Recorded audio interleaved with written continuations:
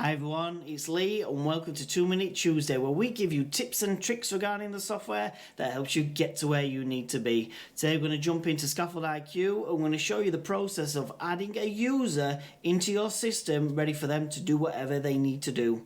Let's get started.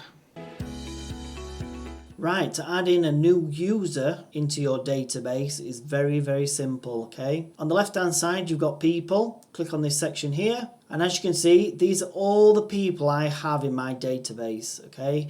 And now I need to add someone new in. So straightforward.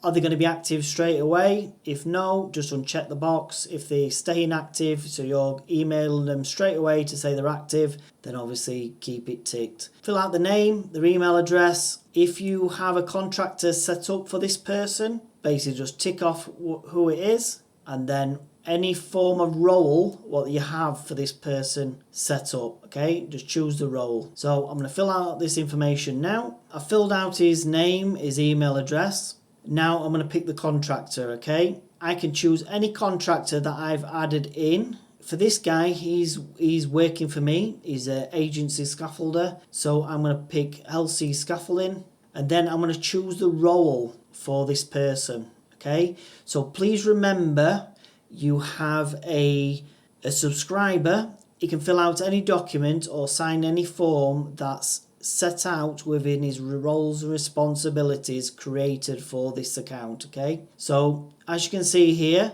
I've got a person with a magnifying glass.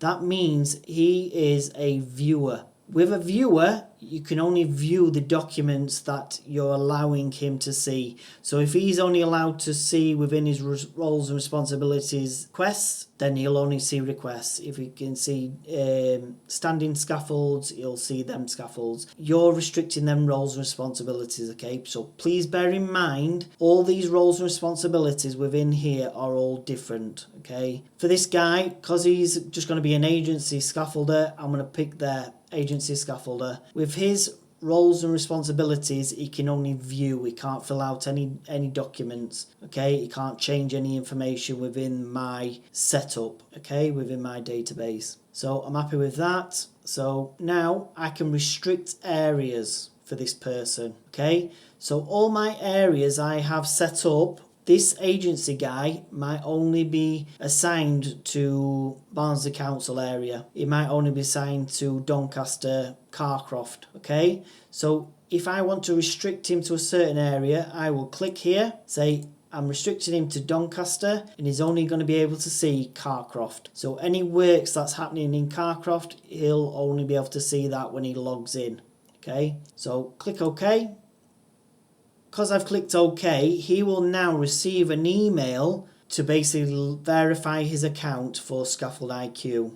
Okay, he just needs to log in with the information provided in the email to activate his account, okay?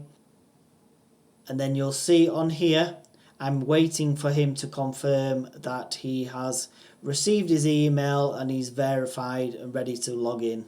So there you go. This guy has now been added into my database, ready for him to do what work is assigned for him to do within his roles and responsibilities. So please bear in mind these roles and responsibilities when assigning people within your account. Okay?